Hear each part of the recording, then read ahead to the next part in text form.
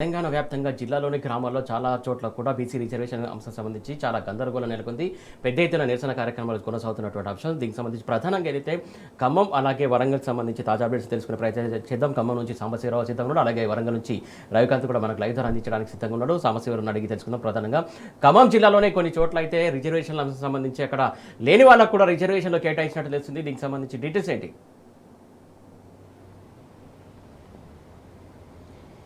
సురేష్, ఉమ్మడి ఖమ్మం జిల్లాలో చేపట్టబోతున్నటువంటి గ్రామ పంచాయతీ ఎన్నికలకు సంబంధించిన రిజర్వేషన్ ప్రక్రియ తప్పులు తడకగా ఉందని చెప్పి బీసీ సంఘాలు ఆరోపిస్తున్నాయి. ప్రభుత్వం విడుదల చేసినటువంటి సర్పంచుల జాబితా చూసినట్లయితే కనుక 3 మండలాల్లో ఖమ్మం జిల్లాలో ఉన్నటువంటి 3 మండలాల్లో అంటే ప్రధానంగా రఘునాథపాలెం, తిరుమలాయపాలెంతో పాటు సింగరేణి మండలంలో కేవలం బీసీలకు 0 గ్రామ పంచాయతీలను కేటాయించారు. ఒక్కొక్క గ్రామ పంచాయతీలో 27-30 గ్రామ పంచాయతీలు ఉన్న చోట కేవలం బీసీలకు 0 గ్రామ పంచాయతీలు కేటాయించడం కూడా వివాదాస్పదం అవుతుంది. మొత్తం ఖమ్మం జిల్లా వ్యాప్తంగా చూస్తే 571 గ్రామ పంచాయతీలు ఉంటే ఇక్కడ బీసీలకు కేటాయించినాయి బీసీ ఉమెన్ జనరల్ కావచ్చు, బీసీ ఉమెన్ కావచ్చు, అట్లాగే బీసీ జనరల్ కావచ్చు. మొత్తంగా చూస్తే కేవలం 54 జీపీలను మాత్రమే బీసీలకు కేటాయించారు. ఇది మొత్తం పర్సంటేజ్లో చూస్తే కనుక 9.5% మాత్రమే ఈ ఖమ్మం జిల్లాలో బీసీలకు కేటాయించబడ్డాయి. ఒకసారి కొత్తగూడెం జిల్లా చూస్తే అది 100% షెడ్యూల్ ఏరియా. అక్కడ ఉన్నటువంటి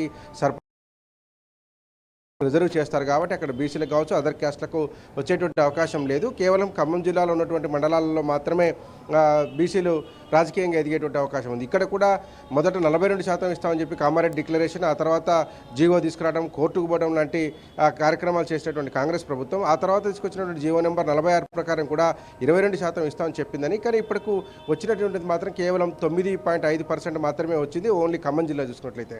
దీని పట్ల బీసీ సంఘాలు పెద్ద ఎత్తున నిరసన వ్యక్తం చేస్తున్నాయి. ఈరోజు ఉదయం నుంచి బీసీ సంఘాల నిరసన కార్యక్రమాలు కొనసాగాయి. ఖచ్చితంగా ప్రభుత్వం అన్యాయం చేస్తుంది బీసీలకు ఉన్నటువంటి నినాదాన్ని బీసీ సంఘాలు వినిపిస్తున్నాయి. బీసీ సంఘాల ఆధ్వర్యంలో ప్రెస్ మీట్ నిర్వహించి జరుగుతున్నటువంటి అన్యాయాన్ని ఏ జీపీలలో ఎలాగ కేటాయించారు, ఎక్కడ ఎస్టీ జనాభా ఉంది, ఎక్కడ బీసీ జనాభా ఉంది, బీసీ జనాభా ఉన్న చోట కూడా ఎందుకు ఇవ్వలేదు అనేటువంటి ప్రశ్నలు కూడా బీసీ సంఘాలు వినిపించాయి. అట్లాగే బీసీ కమిషన్ మాజీ మెంబర్ జూలూరి గౌరీశంకర్ ఖమ్మం జిల్లాలో పర్యటిస్తున్న సందర్భంలో ఆయన ఆందోళన కార్యక్రమం నిర్వహించారు. కాంగ్రెస్ ప్రభుత్వం ఇచ్చినటువంటి జీవో కాపీలను దగ్ధం చేసి నిరసన వ్యక్తం చేశారు. ఇది బీసీలకు అన్యాయం చేసేటువంటి ప్రభుత్వం అంటూ ఆయన ఆరోపించారు. ఖచ్చితంగా జరుగుతున్నటువంటి అన్యాయాన్ని సరిచేయకపోతే మాత్రం రాష్ట్ర వ్యాప్తంగా బీసీలు బగ్గుమంటారంటూ కూడా జూలూరి గౌరీశంకర్ ప్రభుత్వాన్ని హెచ్చరించారు. ఎందుకంటే కామారెడ్డి డిక్లరేషన్ పేరుతో 42% ఇస్తాము, స్థానిక సంస్థల బీసీలకు అవకాశాలు కల్పిస్తాం, రాజకీయంగా ముందుకు తీసుకెళ్తామని చెప్పినటువంటి కాంగ్రెస్ ప్రభుత్వం గత ప్రభుత్వం ఇచ్చినటువంటి రిజర్వేషన్ కూడా ఇవ్వలేకపోయింది. గత ప్రభుత్వం మీద అనేకమైనటువంటి ఆరోపణలు చేసి పబ్బం గడుపుకున్నటువంటి ప్రభుత్వం వచ్చిన తర్వాత కాంగ్రెస్ అధికారంలోకి వచ్చి 2 ఏళ్ల కాలంలో బీసీలకు చేసింది ఏమీ లేదు. పైగా ఇప్పుడు జరుగుతున్నటువంటి గ్రామ పంచాయతీ ఎన్నికల్లో కూడా గత ప్రభుత్వం ఇచ్చినటువంటి రిజర్వేషన్ కూడా కాంగ్రెస్ ప్రభుత్వం తొంగలో తొక్కింది, కొట్టేసింది అనేటువంటిది బీసీ సంఘాలు వినిపిస్తున్నటువంటి ప్రధానమైన ఆరోపణ. ఎందుకంటే రాష్ట్ర వ్యాప్తంగా చూసినప్పుడు 11.5 నుంచి 12% మధ్యలోనే ఓవరాల్గా చూసినట్టు బీసీల యొక్క రిజర్వేషన్ శాతం కనబడతా ఉందని చెప్పి ఇప్పటికే బీసీ సంఘాలు చెప్తున్నాయి. ఇప్పుడు ఖమ్మం జిల్లాను కనుక మనం ఒక యూనిట్గా తీసుకుంటే ఇక్కడ 9.5% మాత్రమే జీపీలు బీసీలకు రిజర్వేషన్ అనేటువంటి పరిస్థితి కనిపిస్తుంది. అత్యధికంగా కొన్ని మండలాల్లో అయితే 54 నుంచి 55% ఎస్టీలకు కేటాయించినటువంటి పరిస్థితి కనిపించింది. కొన్ని మండలాల్లో అన్రిజర్వ్డ్ స్థానాలు 80-86% దాకా అన్రిజర్వ్డ్ స్థానాలు ఉన్నటువంటి పరిస్థితులు కూడా కనిపించాయి. సహజంగా ఇచ్చినటువంటి జీవో ప్రకారం తీసినా కానీ 22% ఏదైతే ఇస్తామని చెప్పారో ఆ లెక్కన ప్రాతిపదికన తీయాల్సినటువంటి అధికారులు గ్రామ పంచాయతీల రిజర్వేషన్ ఎందుకు చేయలేకపోయారనేటువంటిది ఇప్పుడు ప్రధానమైనటువంటి ప్రశ్న. ఈ ఎన్నికల ప్రక్రియలో ఖచ్చితంగా బీసీలకు అన్యాయం జరుగుతుంది అనేటువంటిది ఖమ్మం జిల్లాకు సంబంధించినటువంటి బీసీ సంఘాల ప్రధానమైనటువంటి ఆరోపణ. దీన్ని సరిచేయాలని చెప్పి డిమాండ్ చేస్తున్నారు.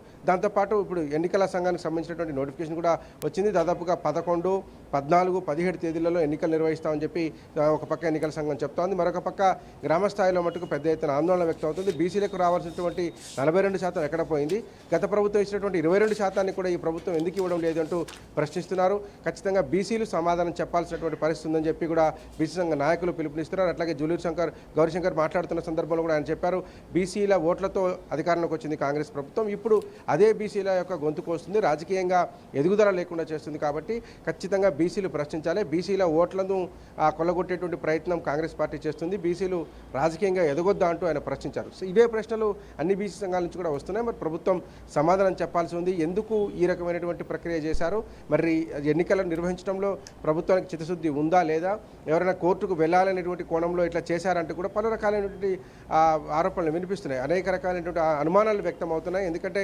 ఇచ్చినటువంటి జీవోకు విరుద్ధంగా రిజర్వేషన్లు కేటాయించడం, మండలాన్ని యూనిట్గా తీసుకున్నప్పుడు ఆ మండలంలో ఉన్నటువంటి బీసీ జనాభాను ఆధారం చేసుకొని ఇవ్వాల్సినటువంటి రిజర్వేషన్లు ఒక కేటగారికల్గా లేనట్టుగా కనపడుతుంది, అశాస్త్రీయంగా ఉన్నాయని చెప్పి బీసీ సంఘాలు ఆరోపిస్తున్నాయి. సో ఇదంతా చూస్తున్నట్లయితే కనుక బీసీలకు రిజర్వేషన్ ఇచ్చేటువంటి ఆస్కారం లేదు. ఇంకా రెండో అంశం కూడా చూస్తే 2 ఎలక్షన్లు వేరువేరుగా నిర్వహిస్తున్నారు. ఒకటి పార్టీ పరంగా ఇస్తామన్నటువంటి రిజర్వేషన్ 42% ఏది ఉందో అది బయటపడకుండా కేవలం గ్రామ పంచాయతీ ఎన్నికలను ముందు నిర్వహించుకోవడం. ఎందుకంటే ఎంపీటీసీ జెడ్పీటీసీ ఎన్నికలు గుర్తుల మీద జరుగుతాయి, పార్టీ గుర్తుల మీద జరుగుతాయి కాబట్టి ప్రజలు ప్రశ్నించేటువంటి ఆస్కారం ఉంది. ఖచ్చితంగా దాంట్లో లెక్క తేలుతుంది. ఎందుకు ఎన్ని బీఫామ్లు బీసీలకు ఇచ్చారనేటువంటి లెక్క తేలుతుంది. కాబట్టి అది బయటపడకుండా ఉండేందుకు ఒక ఫేజ్లో మొదట సర్పంచ్ల ఎన్నికలు నిర్వహిస్తున్నారని కూడా ఒక ఆరోపణ వస్తుంది. ప్రస్తుతం ఈ ఫేజ్లో కేవలం సర్పంచ్ ఎన్నికలు మాత్రమే నిర్వహిస్తామని ఎన్నికల సంఘం చెప్పిందని బట్టి చూస్తే ప్రభుత్వం యొక్క దురుద్దేశం బయటపడిందని కూడా బీసీ సంఘాలు చెప్తున్నాయి. ఎందుకంటే ఇప్పుడు చేసేటువంటి ఎన్నికల్లో గుర్తులు ఉండవు కాబట్టి, పార్టీ పరంగా ఎవరికి ఇచ్చాం ఏం చేసాం అనేటువంటి దానికి ఒక అథెంటికేషన్ ఉండదు కాబట్టి,